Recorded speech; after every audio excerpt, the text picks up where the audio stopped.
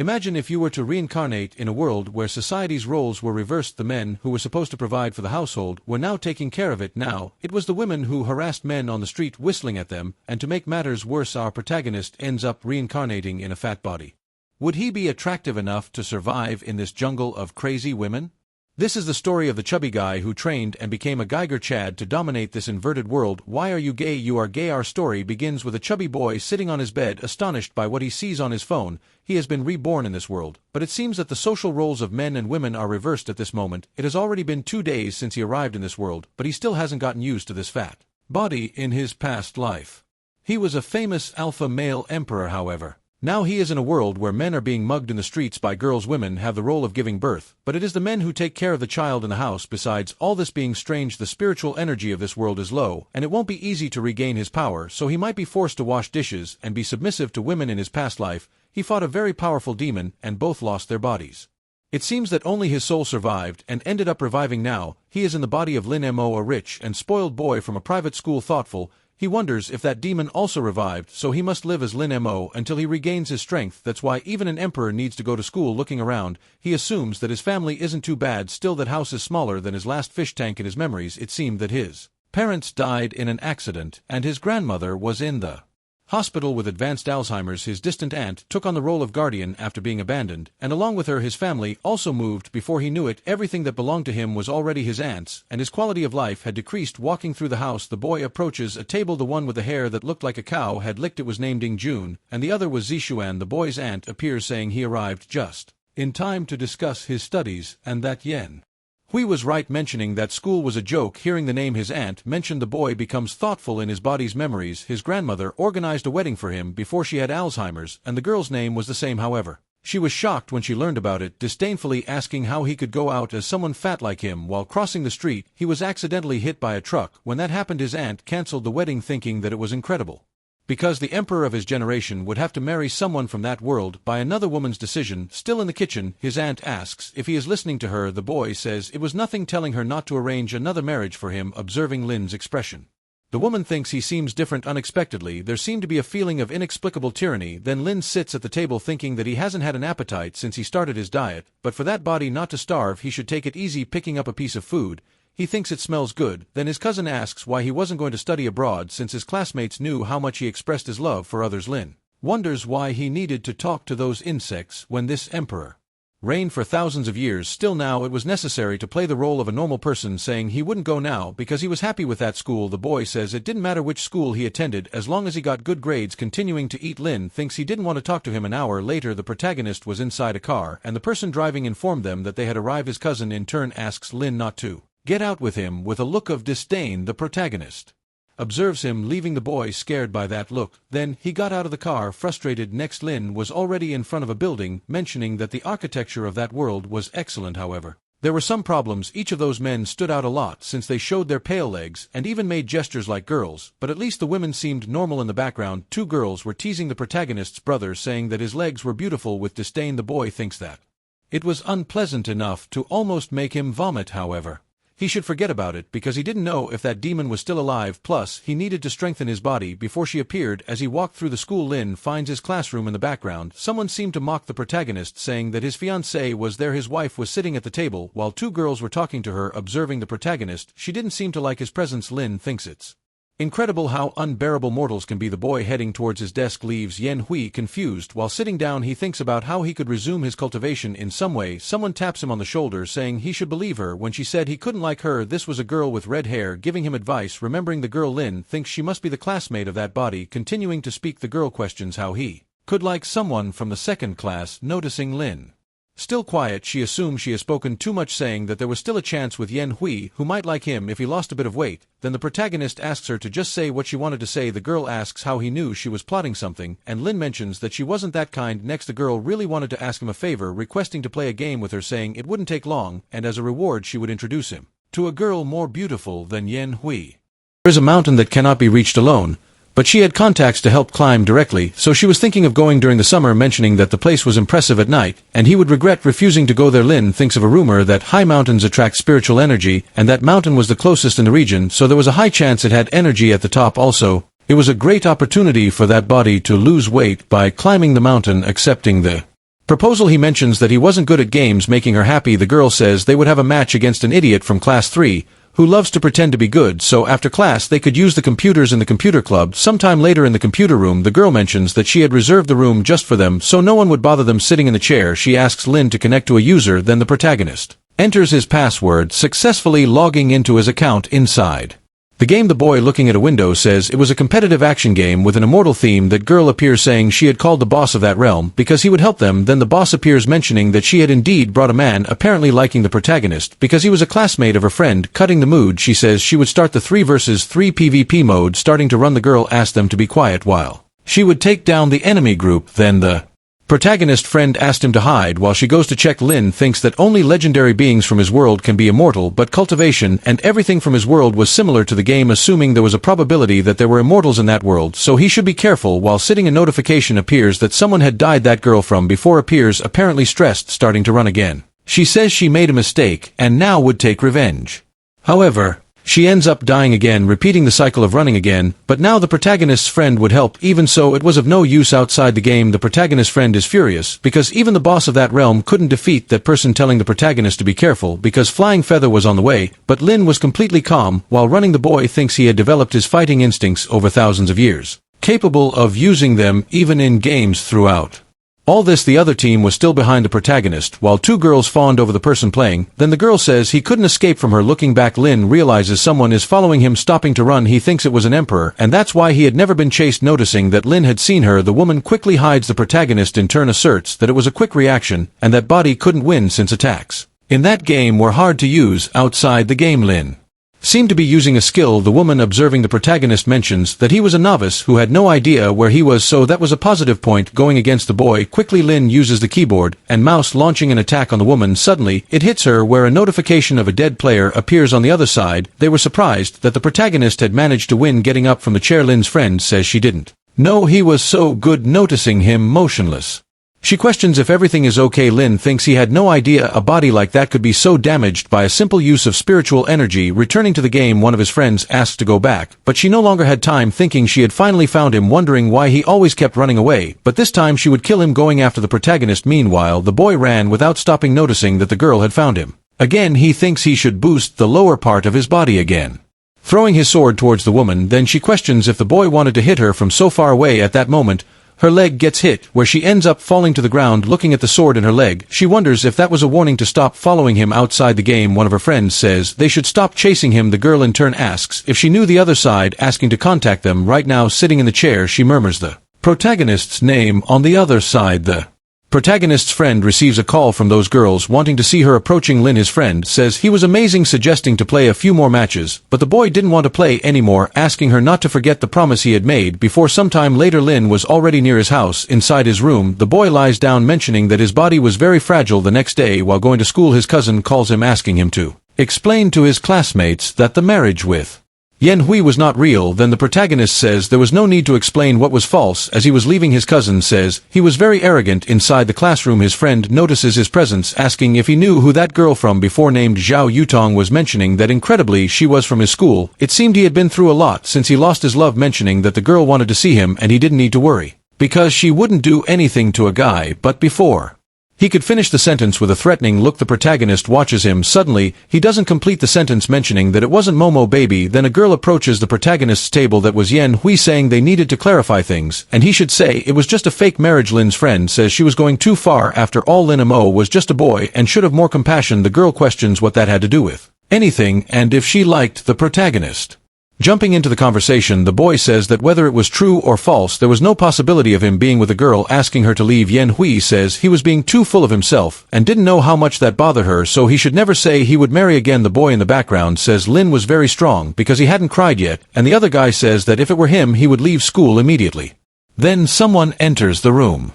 That was the girl he had lost to before, accompanied by 2 more people. The people in the background mentioned that was Zhao Yutong. Rumors said she caused a lot of trouble and everyone who got involved with her dropped out of school. Approaching Lin, the girl calls the protagonist. Apparently, Yen Hui was her sister, asking if she wanted something. Then the girl calls Momo baby, which was the protagonist's profile name in the game, telling him to follow her. Meanwhile, Lin, irritated, continued sitting in the chair, thinking He was the emperor and not Momo Baby. In the background, those two boys asked how he got close to Yutong, and why he was being called Momo Baby. His friend in turn apologizes, because the girl wanted to play with the protagonist alone, she just needed to go out with her, and then could do whatever she wanted. Leaving the room, Lin murmurs that those people were very annoying at the door of his class. Yutong was waiting for him, thinking he didn't expect Momo Baby to be a man instead of a woman, claiming that it was fun because back in the day women fought in combat skirts, but now that it had become a norm for them. Then she starts asking Lin several questions, questioning if it was him who defeated her in that game, giving an order to look for him after class because she would duel with him alone. But Lin says she didn't play that game and had only won by luck, saying she would go back to class. Irritated, Yutong wonders if the boy didn't know who she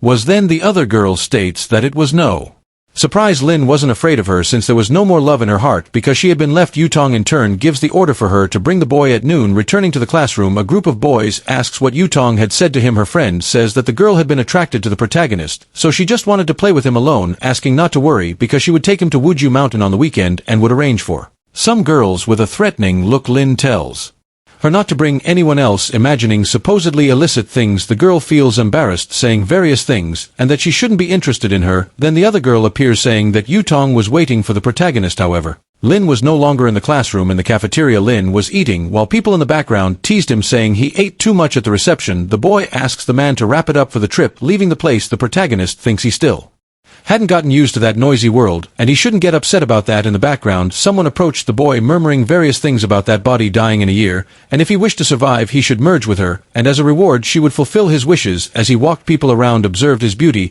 The woman says she had made the right decision. From now on, her 18 years of life would be part of her, mentioning that it was a pity that all the joys and sorrows they had gone through were just a drop in an ocean for her after working hard for so long. She managed to defeat the emperor.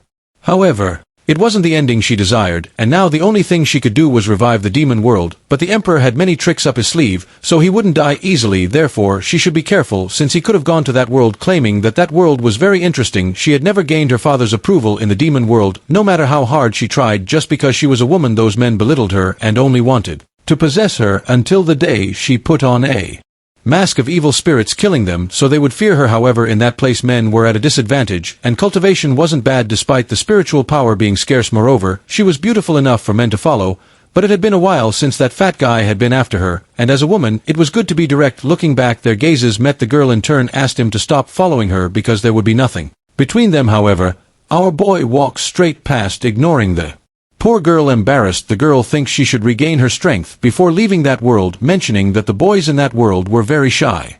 So Lin should have been embarrassed, refusing to admit he was chasing her. That's why she hadn't said anything to avoid embarrassment. Returning to the protagonist, he was apparently bothered, wondering why that girl was following him. Noticing that Lin was going to the terrace, he thinks he should look for another place to be alone, but he remembers that normal students never went to that place. The people in that world are spiritually and physically weak, questioning if Lin would jump off the terrace.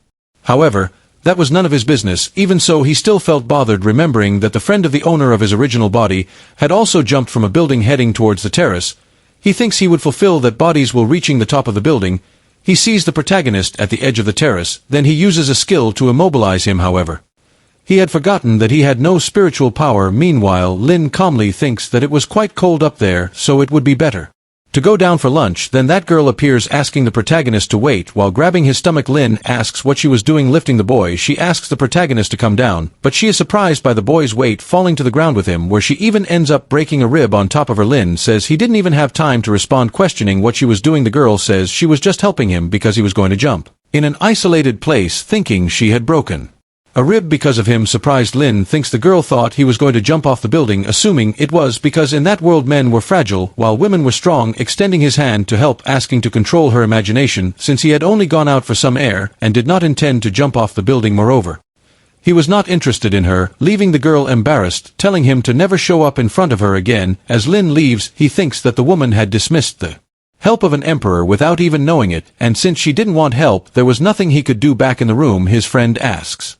where the young man was, mentioning that Yu Tang was looking for him and telling him not to leave after class. The protagonist in turn says that all of this was her fault, so she should solve it on her own, but the girl says she would go with him after class to play with Yu Tang, and if she let him win it should be enough to leave him in peace. Even so, Lin says he wouldn't go, thinking he didn't want to lose to a little girl even if it was just a game. His friend continues, trying to convince the protagonist, but the young man says the problem was hers. The girl says she would do anything for him, but Lin had already decided he wouldn't go. Then his friend thinks she had messed up. Sometime later the day passes getting up. The protagonist says it's time to leave, and shouldn't forget his promise on Wuju Mountain. As he leaves, Lin remembers something, recalling that he had fallen on that girl, wondering if she was okay. The human body is very fragile, so she probably ended up breaking a few ribs. Since human lives in that world were precious, he could end up getting arrested, which would cause a huge problem looking for the girl. Lin thinks he should check. Meanwhile, she was still on the terrace, claiming that her body was very weak, and she couldn't get up. Moreover, it was very windy, and she was hungry, thinking even about screaming for help, but wouldn't do that. Even if she died, she didn't expect that could happen. An invincible demon who defeated the emperor was brought down by a fat guy. Then someone approaches the girl, realizing it was Lin. The girl questions why he came back kneeling. The protagonist observes her, thinking that she didn't seem to be well. Then he places his hand on her back, saying that she had broken a few ribs, mentioning that she was very weak and needed to exercise, but the girl says that happened only because of him. While Lin takes off his suit, the empress, embarrassed, asks what the protagonist is going to do covering her. The young man mentions that it was windy on the terrace, asking her to wear his suit. Making a call, he says he's going to call an ambulance, but the empress says she didn't need his jacket. The protagonist already knew she didn't want to wear his jacket because she was fat, but she should remember that her body was fragile and could take it off when the ambulance arrived. However, for the girl, it wasn't for that reason, as she didn't expect the protagonist to be so kind. This world has a beauty standard for men, thinking she didn't know why Lin helped her, but would keep an eye on him anyway. Sometime later the ambulance arrives. While the empress was on the stretcher, two girls noticed that commotion. Embarrassed, the girl thinks she would never forget that day. At night, the protagonist was already near his house. Entering, his cousin asks why Yu Tung had gone to talk to him. Then Lin says he would only say that once. Zik Chuan in turn thinks that fat guy had a sharp look, mentioning that he had been more aggressive lately, saying that Yu Tung must not have gone after him of his own will, and must have gotten into some trouble because of that.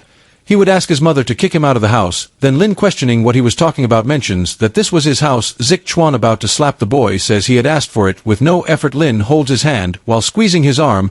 He thinks he was very weak, so weak that it wasn't worth continuing with that. Fallen on the ground, the boy says that it hurt going to tell his father that Lin had hit him. Appearing in the kitchen, his father asks how he dared to hit his cousin, saying he would take care of him. However, with no effort, the protagonist also holds the man's hand, surprised that Lin Mo had held him so easily. Lin in turn says he would give him a piece of advice to never mess with him. Crying, the guy says he was an abuser, calling the protagonist's aunt, saying he was causing trouble. Arriving in the living room, she tells him to be quiet, staring at Lin. She thinks the boy was different, saying she didn't want to know what happened, and it was just to apologize to her uncle. Lin in turn thinks she was the first person to ask an emperor to apologize, saying that he wasn't wrong and therefore wouldn't apologize. However, she says that if he didn't apologize, he wouldn't receive his vacation allowance, but the boy says he didn't need that. Entering the room, Lin wonders if she was talking about money, remembering that if he didn't have it, there would be no way to go to Wuzu Mountain. There was nothing to sell in that house, plus he had no savings. Thinking about selling some clothes and shoes, Lin opens his computer, surprised because a buyer arrived so quickly. 3 girls in the comments of the post were asking personal questions,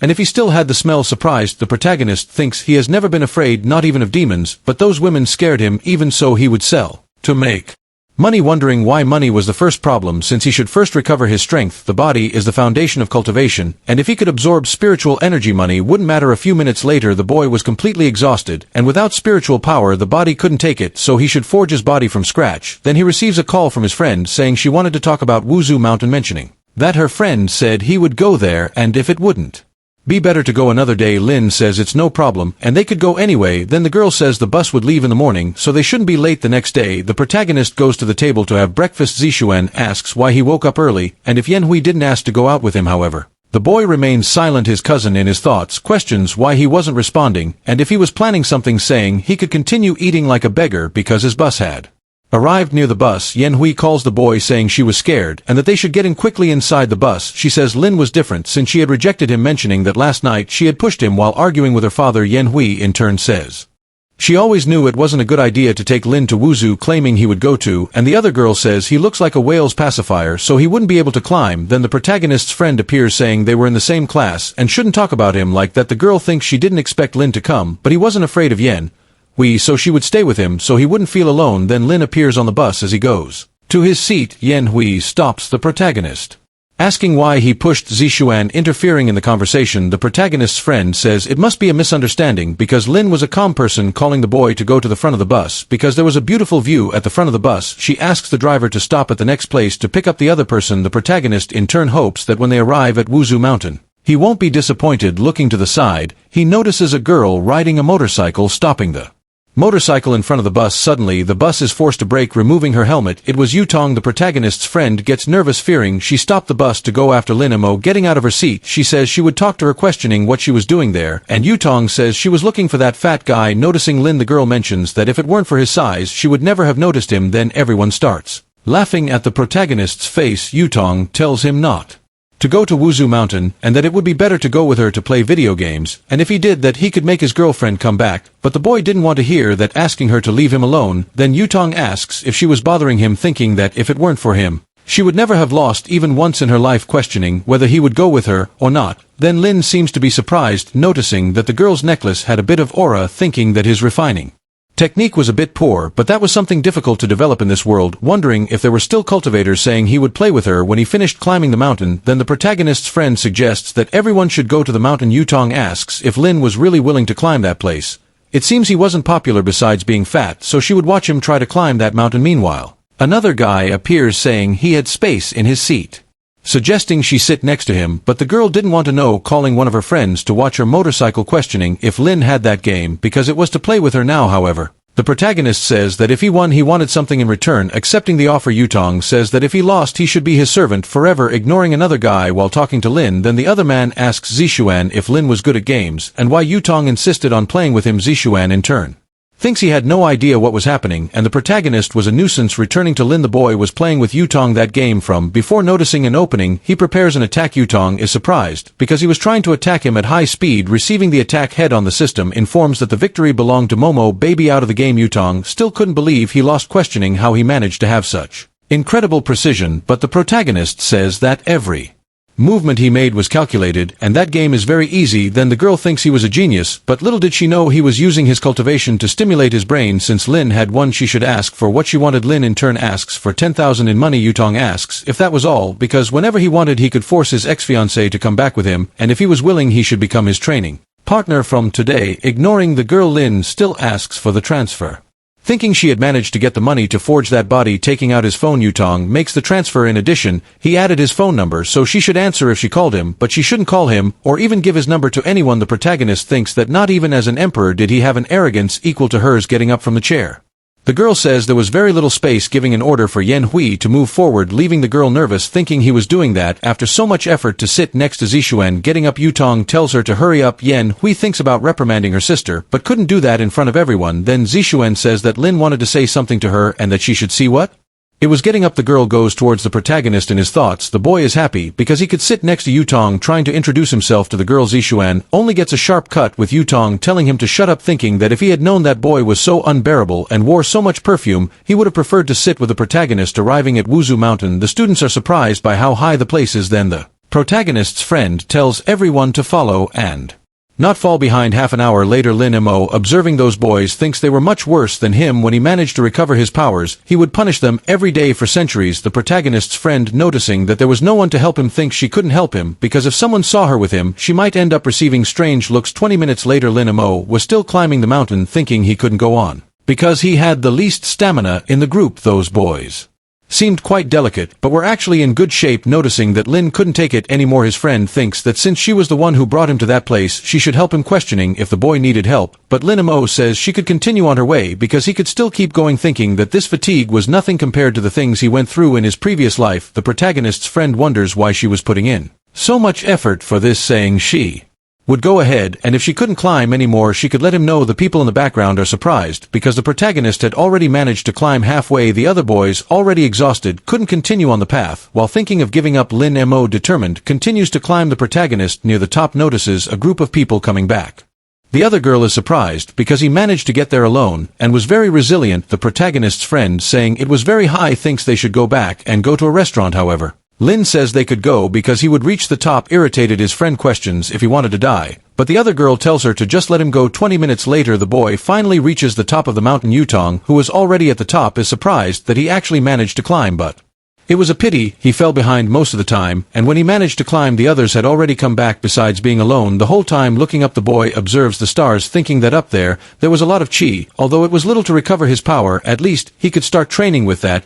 He would already be ahead of that venerable demon. As long as there was an opportunity to train, no matter the time, he would always go. Back up there, then Yutong puts a hand on his shoulder asking what he was doing, and the protagonist says he was just looking at the scenery. The girl thinks he is very annoying besides speaking little, and the protagonist in his thoughts affirms that in his world as an emperor he would have killed her several times. Then Yutong tells him to get down, because that place was hers. Now Lin mentions that he was very tired, so he should help him down. Yutong says she wouldn't bother him anymore that day, handing a snack to the protagonist. From now on, she would be his companion, and since she was bored, she would go down first. Opening the paper, he realizes that it was leftovers from the girl's snack, mentioning that in his previous life, he had eaten several beast corpses, so that was nothing special. Sitting down to meditate, the boy thinks he should start by cleaning the marrow. Sometime later it starts to get dark. The protagonist's friend on a call with him asks if the boy really wasn't coming back. Lin Mo says that place was pleasant and that's why he would stay during the holidays, messing with his phone.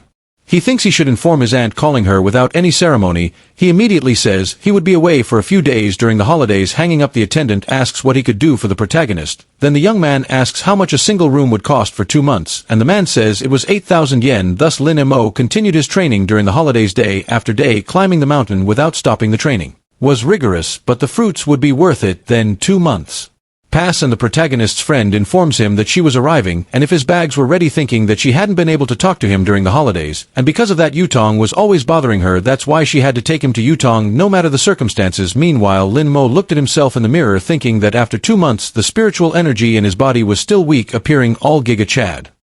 He says he should still continue being a mediocre student. Sometime later the protagonist's friend says she finally managed to find him, but when she looks at the boy, she is surprised by his beauty, assuming she had confused him with another boy, imagining having a family with that man. With a look of remorse, the protagonist notices the girl staring at him. Embarrassed, she starts to walk away, thinking that the protagonist must think she was a pervert. Then Lin asks where she was going because she hadn't made a mistake. The girl in turn questions if he was a friend of Lin Mo. However, she says he was Lin Mo. However, she doesn't believe his words, assuming they just had the same name, but the protagonist says he had only lost some weight, asking why she was so surprised. However, the boy had changed drastically. Everything about him was completely different. Picking up the bags, Lin says they should go. Then the girl thinks that by his cold look and way of speaking, he was definitely Lin Mo, thinking that she wasn't dreaming and that the boy had changed a lot, affirming that it was worth it not to have treated him badly in the past, asking to carry her backpack. However, another girl appears, offering help to the protagonist. Quickly her friend approaches the car, opening the door for the young man inside the car. She mentions that he was now very handsome, asking if he had been climbing the mountain all this time. His efforts were definitely worth it. And when Yen Hui saw him now, she would regret breaking up with him. That's why now many girls would be nice to him. But he had to understand that all of that was false. So Lin asks her to just shut up, fearing her friend wonders if the protagonist hated her for not climbing the mountain with him. If she had been kinder before, he might have fallen in love with her, and they would have had a perfect love. However, there was still an opportunity because she was still the closest to Lin, saying that he must have gone through a lot, and that's why they should go out to eat something. But the boy just wanted her to take him home. Sometime later the young man was already at home, and his friend says she would see him in a few days. Then the other girl asks if she wasn't going to take the protagonist to see Yu Tang. However, Yun Shu says she wouldn't take him anymore, thinking she couldn't take a beautiful lamb to the wolf's den. The only thing she needed to do was use Lin's account to play. Then Lin Mo enters his house. The whole family is surprised by his appearance, asking who he was and how he had entered. However, the boy says he was Lin Mo and had just lost weight. Even so, Zixuan doesn't believe it was him, because even if he lost weight, he wouldn't be that handsome. Then his mother asks him to stop shouting, asking if the boy had undergone any surgery. The boy mentions that she had all her money, so there was no way to do that, questioning if he would receive his money that semester. His aunt says she would pay all his expenses and also buy a new uniform, but if he did anything bad to his cousin or uncle again, she wouldn't give him another cent. Standing up, Lin says he was already satisfied, and his aunt thinks he really was the protagonist. The next day, the young man was in a car with his cousin going to school. Zixuan asks why the driver was driving slower this time. Then the girl says she would go faster, thinking that she couldn't help but look at the protagonist because he was very handsome. That's why she just wanted to keep watching the boy. Then Lin gets out of the car. Everyone around is surprised by his beauty, wondering who that boy was. His cousin, feeling jealous, questions why Lin was attracting so much attention. Noticing that the girls were taking pictures of him, the young man thinks something wasn't right. Soon after, he enters his classroom, heading towards his chair. Another girl wonders if he was a transfer student. Lin, for his part, thinks he had just lost weight, but just because of that, he was already a bit better than usual. However, normally he wouldn't attract so much attention, questioning if it was because of his aura. At the classroom door, a commotion was happening. Yutong, holding the protagonist's friend, says she would give 3 minutes to bring that fat guy to her, but Yunshu says there was no fat guy anymore. The girl mentions that she would regret continuing to lie. Then Yunshu says she would tell where Lin was, pointing her finger at the protagonist.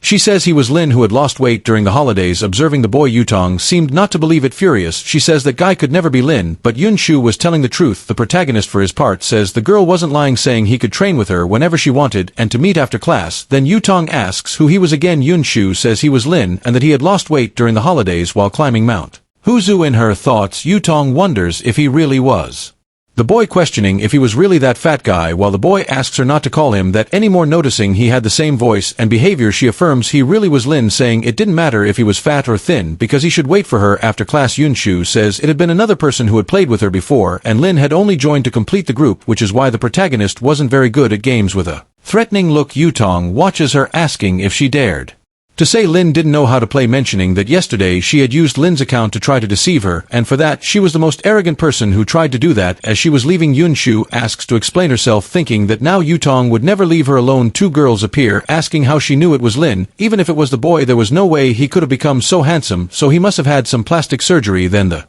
teacher appears, asking everyone to sit in their places because she was going to start the class, saying she was curious to know how their holidays were. However, she ends up being surprised, questioning who that student at the back was. Yunshu, raising her hand, says it was Lin who had lost weight during the holidays. Surprised, the teacher says he had changed a lot and must have worked hard to achieve it, asking if the boy didn't want to sit in the front this semester. Quickly, a girl responds, mentioning that Yunshu had promised they would switch places with her. The other girl says she had grown a lot during the holidays and should also go to the back. Yunshu thinks they were trying to take her seat, but she wouldn't let that happen. The teacher, asking them to stop arguing, says the first person to change seats would be Yunshu. As two girls pulled her from her seat, the protagonist's friend begs to let her stay in her seat. Another guy asks Zishuan if Lin had had plastic surgery to become so handsome, and the boy replies there was no other way, but that the teacher says the odd numbers would stay in the same position and the even numbers would switch with the adjacent one, saying that Li Zhang would sit with Lin. The other girl asks if Zhang would really sit with the protagonist. Then the girl says it was fine because she couldn't let Yunshu take him for herself. Looking at his classmate beside him, the young man realizes he was a bit chubby and also calm and quiet. Because of this, there would be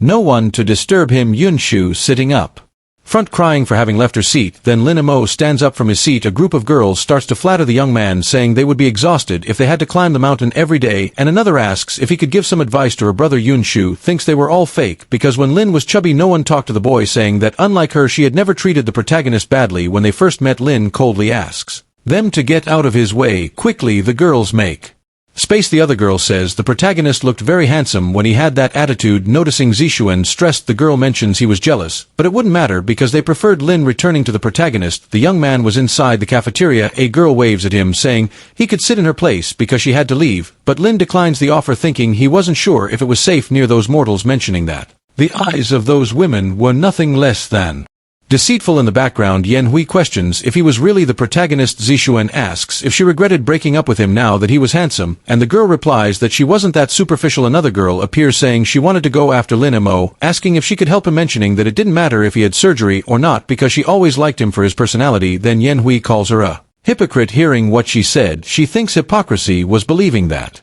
was plastic, and if she could get Lin's beautiful legs she wouldn't care if they were fake or not, saying she would go after the boy alone. Meanwhile, Lin Mo was walking through the school. Then Yen Hui appears, saying she was there to apologize for everything, mentioning it had been sudden for her and she still didn't want to get married. Accepting the apology, the protagonist walks away, asking Lin to wait. The young man questions if there was anything else to say, affirming that he truly felt sorry for everything he had said. Lin continuing to walk makes Yen Hui wonder why he had that cold reaction, supposing she must have been the reason for his change. Outside the school, Lin Mo hopes there is no one on the rooftop. While walking, he encounters the girl who had broken her ribs, wondering if she wanted to steal his spot on the terrace again. Looking back, the girl realizes Lin had been following her for some time, mentioning that he resembled the protagonist, but that man was more handsome. Then Lin passes by the girl, who feels relieved because she thought the young man would talk to her, questioning if he was also going to the rooftop. Reaching the boy, she notices he was climbing the stairs.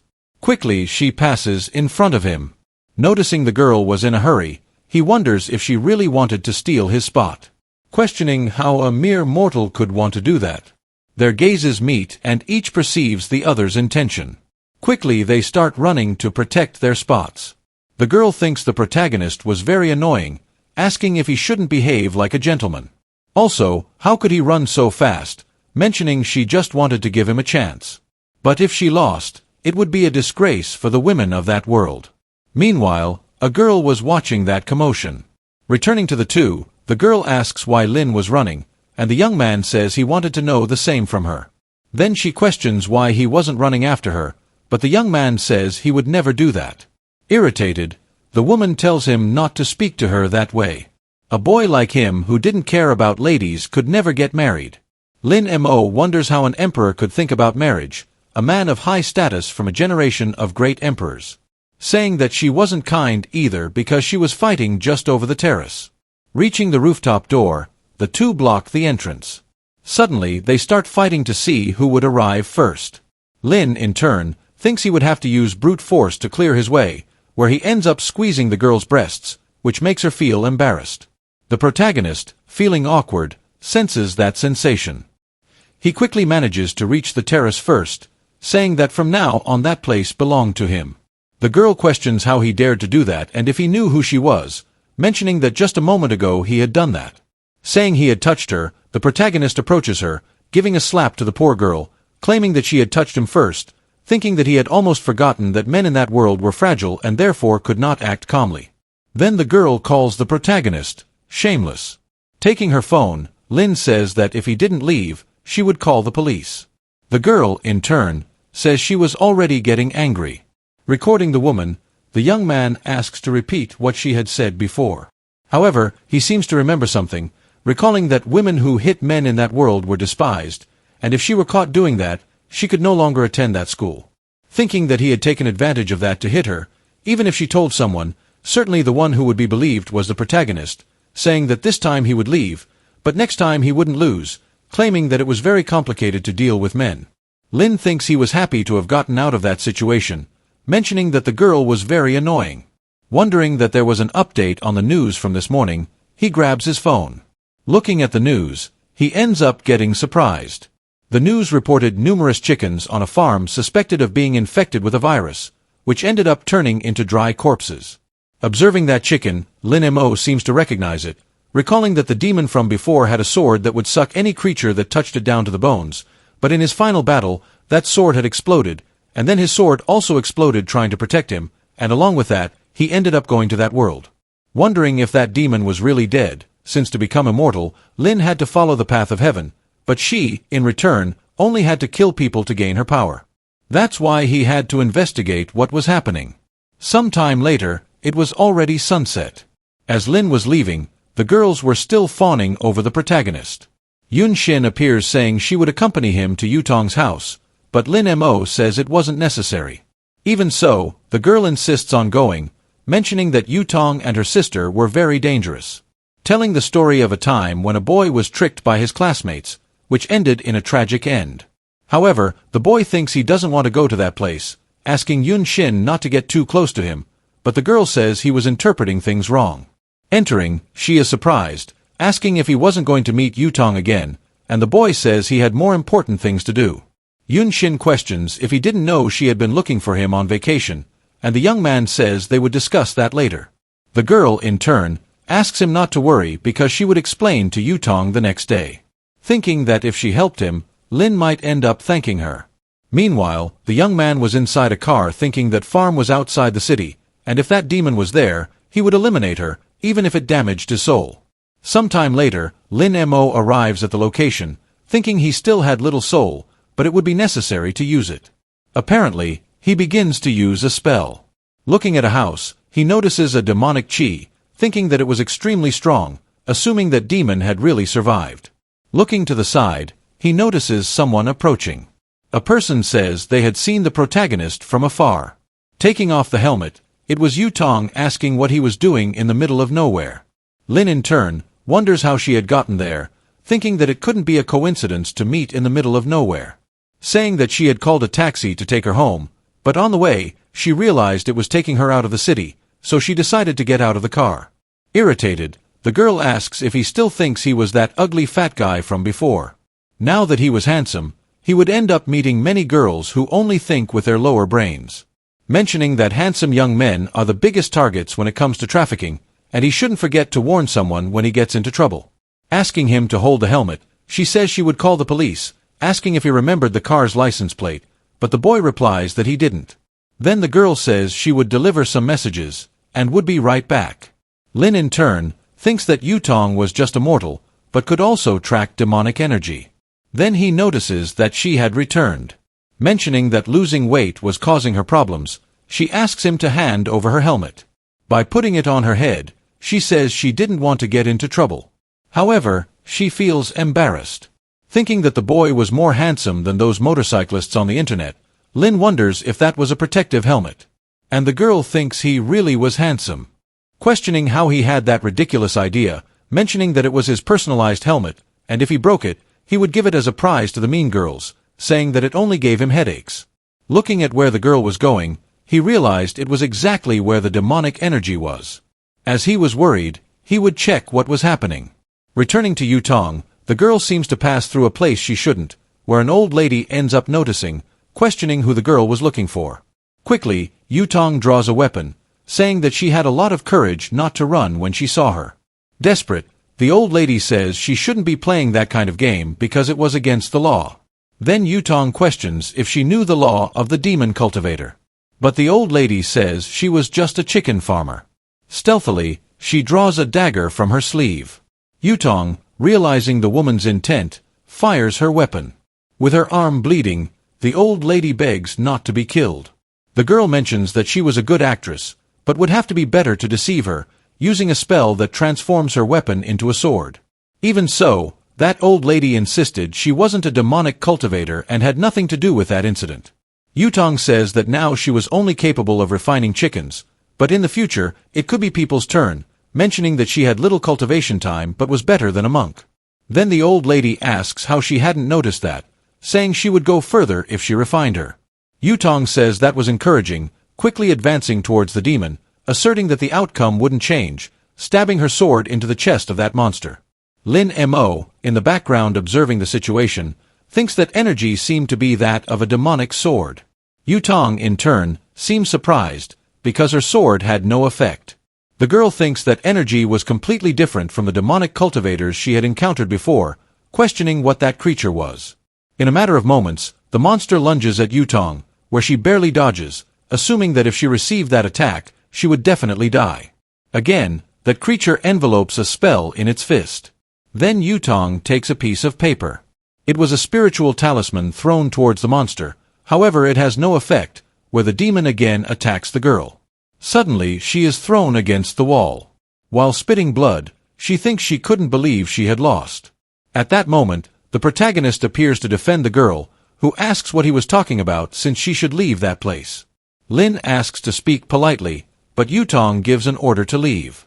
Quickly, the young man seems to use a skill, where the demon stops moving. Yutong, surprised, asks why he had stopped, but Lin says it was nothing special, because he was the one there. While fleeing, the demon ends up falling to the ground. Before the monster, a giant aura surrounded the protagonist. The girl mentions that pressure was very strong and she couldn't breathe, wondering who Lin really was.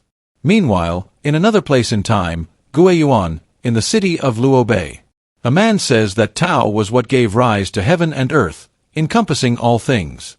Then the man seems surprised, questioning why the bell was ringing and if that shouldn't happen only when there was a great event in the world. With the master kneeling, his subjects ask if he is okay. Then the man says that the father of Tao had just reincarnated. Returning to the protagonist, the boy asks where that demon was. However, that creature had already lost all its spirit, mentioning that it was just a fragment of the sword. Even so, that didn't matter. Using a skill, the young man seems to absorb that spirit, thinking it could be a trap from that demon to reveal its location, but it was a good item to cultivate when its demonic nature was eliminated. The only thing he had to do now was take care of that woman. Behind the protagonist, Yutong says he was very handsome. Using magic, the boy gives an order for her to forget what she had seen. Then Yutong ends up fainting. Observing the girl, Lin thinks that her spiritual root was of the highest quality and that was incredible even in his world. However, that meant there was a good place to cultivate in that world. Otherwise, it would be impossible to reach that level. Right after using his ability, the boy feels a pain in his chest. Assuming he had overloaded his residual soul, thinking he should leave that place, where he ends up finding two girls mentioning that he was very handsome and that they would take him to a pleasant place, but Lin asks to be released or he would regret it. Then the girl says she was just pretending to be tough, asking him to be a little kinder. Irritated, The protagonist thinks that since his soul was damaged, he couldn't use his strength. Touching his face, the woman says he should obey her. Meanwhile, Yutong was behind the two, asking them to get out of his way. He throws a punch at the woman, who barely dodges. The other woman tries to attack Yutong, but the girl dodges and counterattacks. Quickly, she delivers a kick to the other one, where she ends up knocking both out. Approaching Lin, she asks why he hadn't defended himself, saying that when encountering people like those, he should strike with all his strength at their weak point. The boy questions what the vital point was, and Yutong replies that it was the chest and asks if he didn't even know how to defend himself. As she leaves, the girl says she would take the young man to her house. When she was about to take off her helmet, Yutong asks why she had taken it off, asking her just to get on the motorcycle. Getting on the motorcycle, the two head towards Lin's house. The protagonist thinks that in his past life, grabbing a girl without being in a relationship would be considered indecency, but in this world, they didn't think much about it. However, that vehicle was very fast, mentioning that with his sword, he could go faster than that. In the still of the night, the two arrive at their destination. Lin, thanking for the ride, asks how much she would have to pay, and the girl questions what she was talking about. Calling him fat, she mentions that just a little while ago, the boy was scared, and the protagonist asks her not to call him that. Then Yutong says that before, Lin didn't care when people called him that way. In the midst of the conversation, the girl remembers something, saying that the protagonist had tricked her again and left her waiting. But the boy says that his family taught him that he should return home after class because he couldn't walk alone, saying he had waited for her before. However, Yutong mentions that he had an emergency. Then his phone starts ringing. Answering the phone, Yutong asks if everything was done, affirming that the target had a very powerful evil chi. Getting on his motorcycle, he says he had something to do. As he heads towards his destination, the girl stops at a corner, thinking that the smell of the protagonist's shampoo was bothering her. Returning to Lin, the boy thinks he needed to recover. Then Zishuan calls him, questioning if he was causing trouble with Yutong again. Yen Hui, in turn, says that the boy didn't know how to choose his words and was trying to say that Yutong was a bit stressed. Lin, ignoring the two, continues heading towards his house. Inside his room, the boy sits by his door, supposing that if he continued using his power, he could end up damaging his foundation. At least he managed to get a sword fragment that he could use to cultivate. Soon after, someone knocks on the door. Yen Hui appears, saying she wanted to talk to the protagonist. Noticing that she wasn't with Zishuan, he thinks the girl wanted to be alone. Then Yen Hui says it wasn't just about looks, but the more time she spends with her cousin, the more she realizes she liked the protagonist. That's why she wanted to apologize for everything she had done, asking if his grandmother wouldn't want them to get married. Before she could continue speaking, Lin closes the door. Begging, the girl asks him to believe her, saying they would get married. However, since Lin was an emperor, he didn't want to lower himself to that level. Thinking that he thought he had already reached the maximum level of spiritual cultivation, yet he still had a long way to go. Starting to meditate, the boy considers it as mental resilience training. The next day at Lin's school, a girl calls the protagonist to eat. Noticing that the boy had ignored her, she mentions that he was very handsome, but had a heart of ice. And he was getting more handsome, looking even like a movie star. Meanwhile, Yen Hui, along with her group, was eating. Looking to the side, she notices a girl trying to call the protagonist to her table, who without any remorse, ends up refusing. Zishuan asks what good it does to be handsome but alone, and the other guy says he had questioned how he lost weight, but he always ignored him. Observing that situation, Yen Hui seems restless. Getting up from the table, she says she would call the boy to her table since they were in the same class. Irritated, Zishuan asks why she would call him since the girl already knew he hated him. Reluctantly, Yen Hui asks the boy to let her go, or else Lin might see her and interpret it differently. Irritated, Zishuan says he had no more respect for him, and that if he went to get the protagonist, he didn't need to come back. However, the girl thinks that if she could have Lin Mo in her arms, she wouldn't regret anything in her life. Meanwhile, a group of girls was bothering the boy, who wonders why all those women were bothering him. Next, Yu Tang calls the protagonist, ordering him to go to her desk immediately. The boys observing the commotion assume that Yu Tang was supposedly interested in Lin. Yen Hui, in turn, desperately thinks that that girl was the worst one to attract Lin's attention. The young man, for his part, cannot believe that woman was still calling him fat. Looking to the side, he spots that girl from before. Quickly, he starts walking, remembering that there was a possibility she would steal his spot on the terrace. While the young man walked, Yu-Tang noticed him in a hurry. The girl next to her says that Lin had become very arrogant after getting a bit more handsome, asking who he thought he was. Furious, Yu-Tang sends a message to the young man saying she would kill him after class.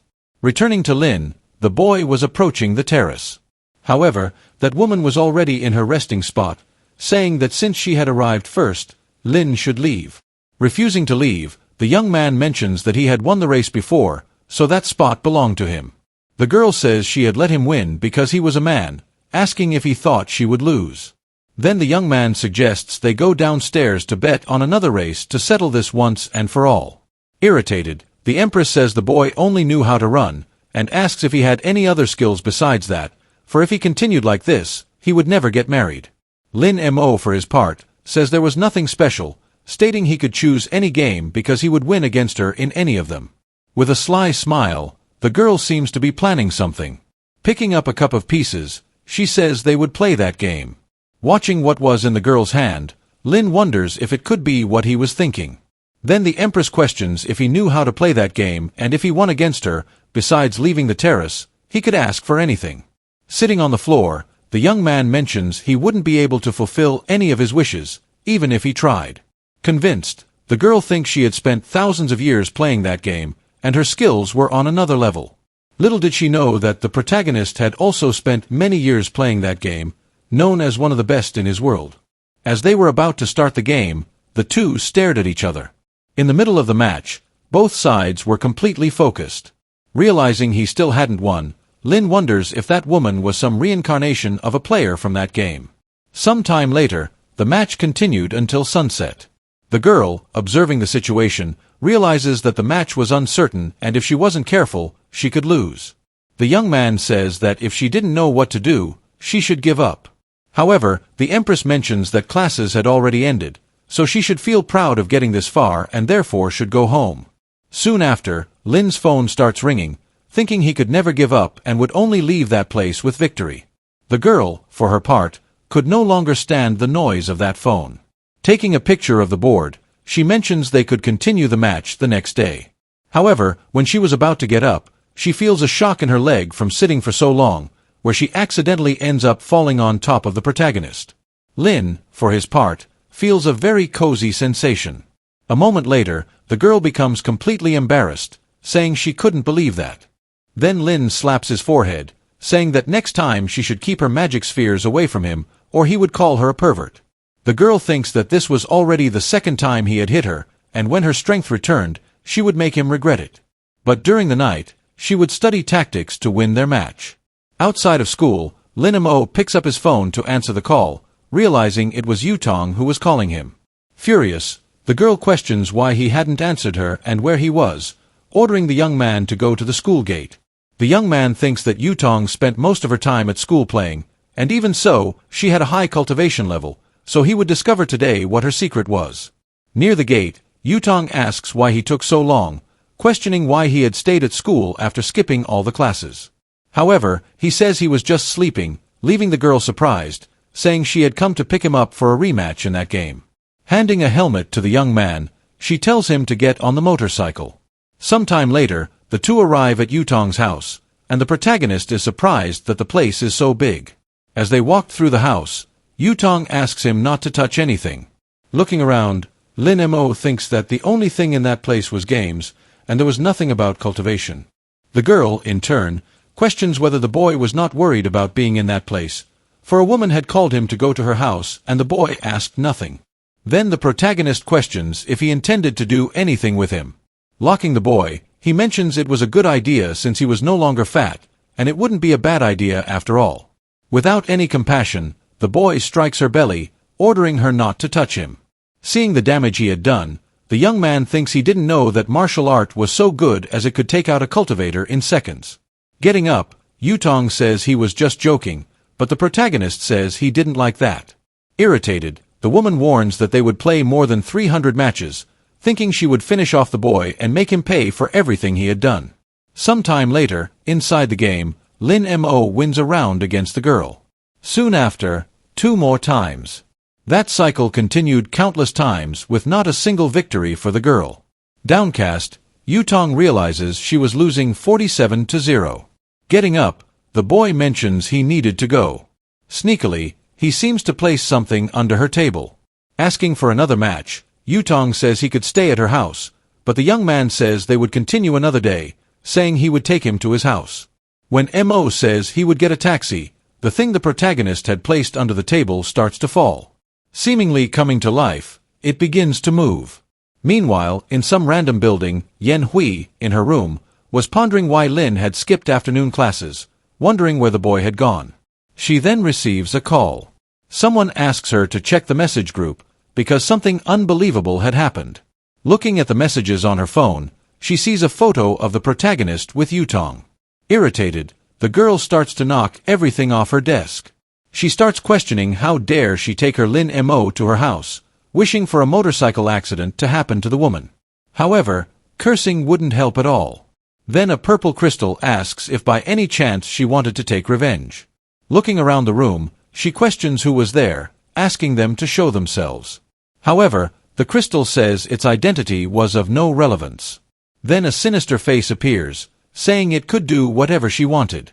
Yen Hui, in turn, asks if that monster was a witch from those soap operas. Embarrassed, that creature thinks the woman had nothing in place of her brain, saying it was the #1 divine sword of the immortal world that ended up shattering, and if she helped it recover, it would turn her into an immortal. Without even thinking, Yen Hui accepts the proposal, asking for help to become an immortal. At that moment, that creature seems to use magic on the girl.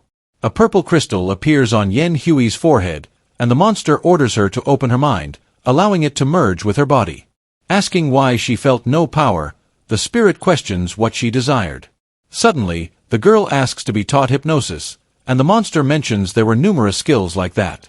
In her thoughts, Yen Hui supposes that with that skill, Lin Mo would be entirely hers. Meanwhile, the protagonist was riding in a taxi, thinking he couldn't use his powers carelessly, believing Yutong should reveal her secrets.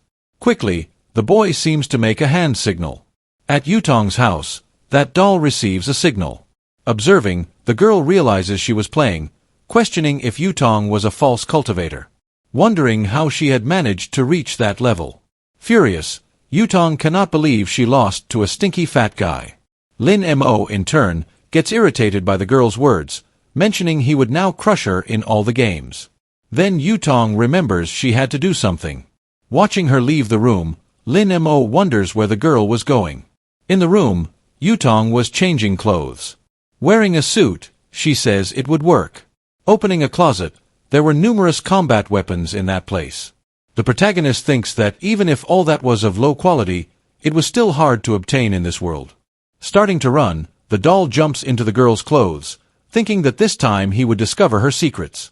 Sometime later, Yutong arrives at a building, thinking she should find out what shampoo the protagonist used because it smelled so good. Inside that building, the girl approaches a door. Meanwhile, someone says they should raise their glasses to celebrate the newlyweds. In that place, a wedding was happening, and the woman mentions the bride would make a speech. Taking the microphone, the woman thanks all the people who came even without time. Meanwhile, Yutong sits in her place, thinking that now she just had to wait for it all to end. After a while, the other woman declares that the wedding ceremony between Lin Yu and Su Chu has ended, and now they could start the party. Returning to the 2 newlyweds, his wife asks if he is very tired, but the man asks her not to worry because he just needed to change clothes and drink something. While they were talking, someone approaches the 2 lovebirds. It was Yutong standing in front of them. Realizing who it was, the young man becomes desperate. The bride in turn asks if something is wrong. Then Yutong says that now that his wish has been fulfilled, it is time to go. As he begins to transform, the man asks if she thought fulfilling wishes was so easy. In that instant, the young man transforms into a werewolf. When he was about to attack the girl, Yutong uses a talisman. Dodging the attack with a leap, he draws his sword. Attacking the wolf from above, with one blow, it is knocked to the ground. Holding its neck, it thanks the girl, and in a matter of seconds, its head disconnects from its body. Desperate, his bride tries to help the man. In her thoughts, she apologizes to the woman because she would never see her again, mentioning that that form was a stupid way to die. Returning to human form, his wife runs into his arms, pleading for him not to die, ordering them to call an ambulance to help him. Furious, the woman says she would kill the girl.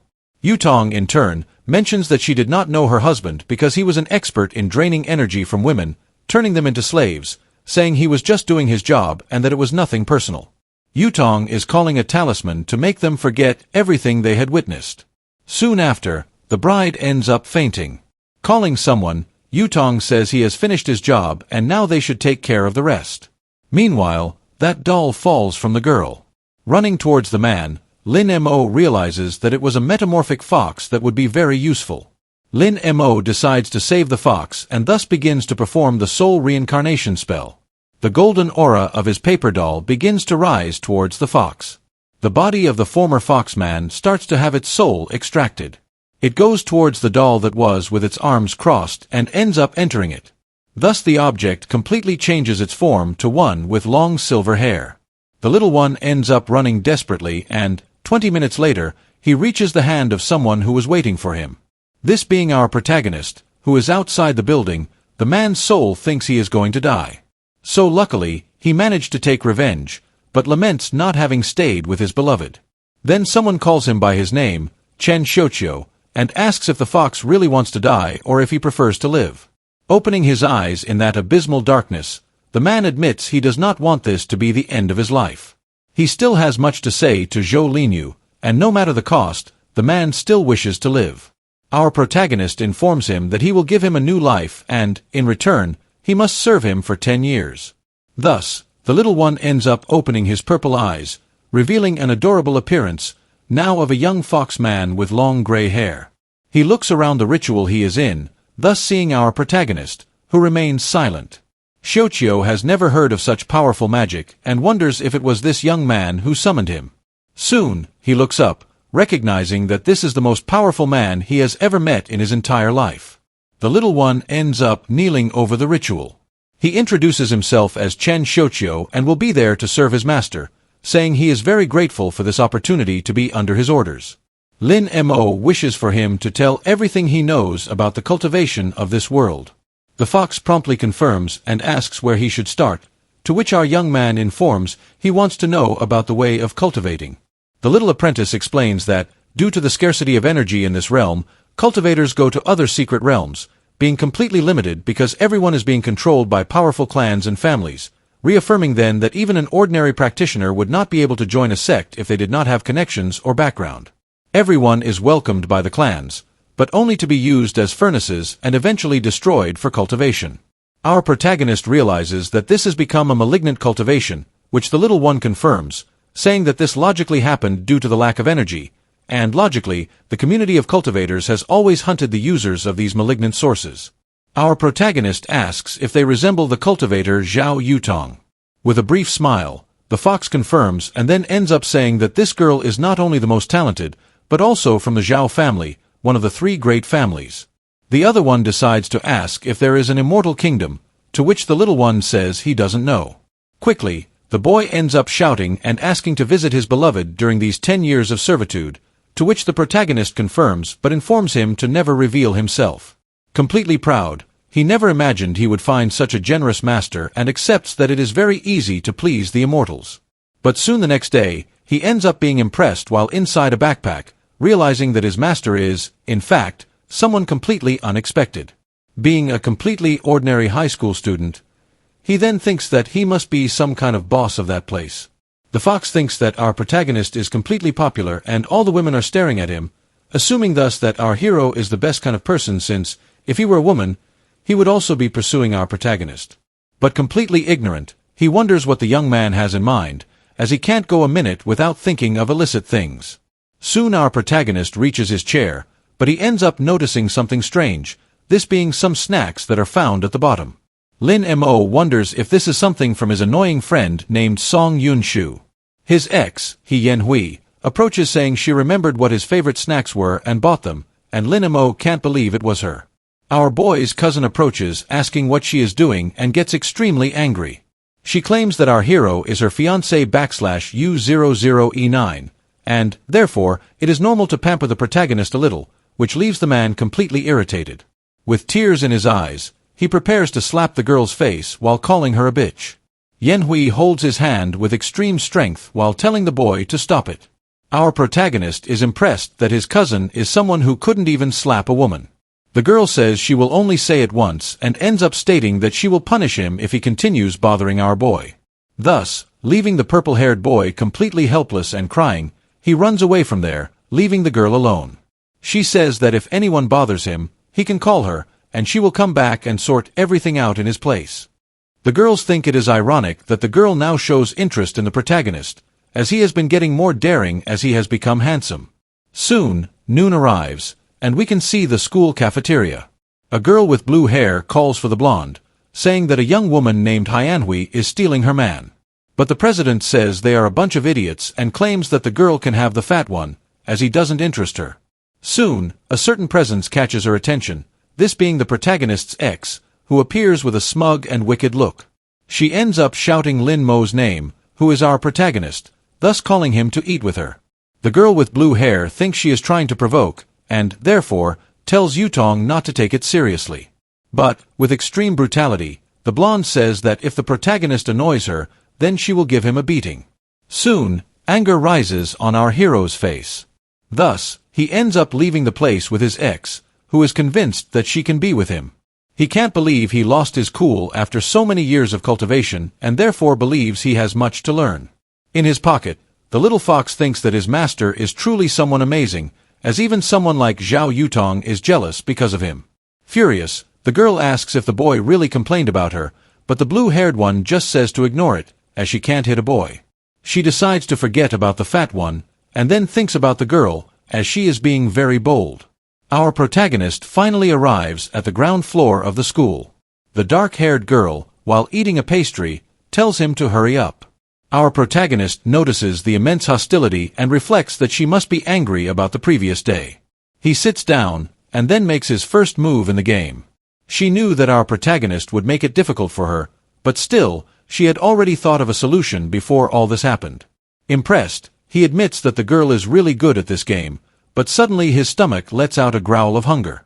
With a bag in hand, he stares at her with a somewhat vacant look, thus opening and revealing a lunchbox inside it. Soon he ends up breaking his chopsticks to indulge in the meal. The other assumes this is a matter of respect for eating instead of playing, but our protagonist excuses himself by saying it's lunchtime. She thinks that if he keeps this up, he'll be fat again soon. But soon a question arises about the fat guy who was here on the terrace. Our protagonist says he has never seen anyone with that kind of profile around here. Angrily, she admits that just thinking about that boy makes her ribs hurt because of his weight. But quickly, her expression changes to surprise upon seeing something on her phone. It's a photo of our protagonist being posted in the girls' group, thus realizing that our protagonist was, in fact, the fat guy she had met earlier. With red eyes, she says she has a question. Recalling and showing the photo of the protagonist, she asks if he really didn't know this person from the phone. With extreme shamelessness, the protagonist says he has never seen anyone so fat, to which the girl gets annoyed, saying that Lin Mo is a terrible liar. But she understands that he doesn't want to talk about the past and, therefore, says he doesn't need to worry since she hadn't asked about that. Soon she ends up rummaging through her bag, revealing that she washed his jacket but thinking it won't fit someone of his current physique anymore. A light shines in her eyes, perplexed by this gesture.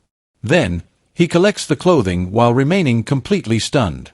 Quickly, the young woman ends up standing up, accepting, thus, that it was a tie and saying that he is indeed very good at the game. Our protagonist informs her that few people can match him, but she was one of the few who managed to surprise him. The girl admits that from today on, their fight is over, but ending it this way leaves the protagonist in silence. Quickly, and with conviction, he ends up calling her, saying that it would be better to have a best of 3 to decide a winner. With a cheerful smile, she accepts his proposal and then reveals that her name is Han Xinyi.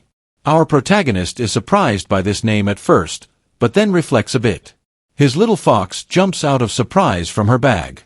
He is surprised that he is so powerful that all the women throw themselves at his feet. But our protagonist reveals he has a question, which is about where her resources for the evil cultivation come from. Promptly, the little one replies that they come from the Dark Door Network. The items are protected by the Shadow Clan, which is primarily responsible for the protection of both demonic cultivators and members of other families, but they can sell them to good-natured people if you have money. Our protagonist is surprised and then asks how he made money. The little fox replies that he has done several assassination missions, but ends up saying that the quickest way to get money is to find a sugar mommy. He assumes that his master doesn't even need to work since a sugar mom would be the best option for him. But quickly, the protagonist's hand flies in his direction, grabbing him while he squirms, saying he shouldn't have said such things. Lin Mo then puts him in his pocket, informing him that when he gets home he will take a look at the materials, and especially how to make spiritual amulets. Night begins to fall over the school, which is now silent. At the moment of leaving, the blonde ends up calling him by the name of the fat guy she knows. But our hero just diverts, causing Zhao Yutong to get irritated and tell him not to pretend he didn't see her. She ends up saying that today, her ex-girlfriend provoked her and tried to embarrass her, but our protagonist reveals that Yen Hui is not his ex-girlfriend. The girl doesn't care but informs him that she is a respectable person, and therefore he should cooperate, saying he can go with her for a motorcycle ride. In silence, the protagonist just keeps his face unchanged while reflecting. The girl, with a mischievous smile, questions whether Lin Mo will be able to get on by himself, or if he will need her to carry him. When he ends up agreeing, they both go to the motorcycle, and she calls him a good boy. Behind a post, someone watches the blonde and curses her for going out with his precious Lin Mo. A dark voice ends up asking why she doesn't hypnotize him, but the younger one decides to reveal that she wants the protagonist to surrender to her body and soul voluntarily. Both end up leaving the school in a desperate manner. The protagonist notices this and says that Yutong is going too far. With a mischievous smile, she says that he is very na/U00F for believing the words of a woman. In a broadly suggestive manner, the protagonist asks if she really likes him, leaving her blushing and confused. The motorcycle suddenly skids to a stop.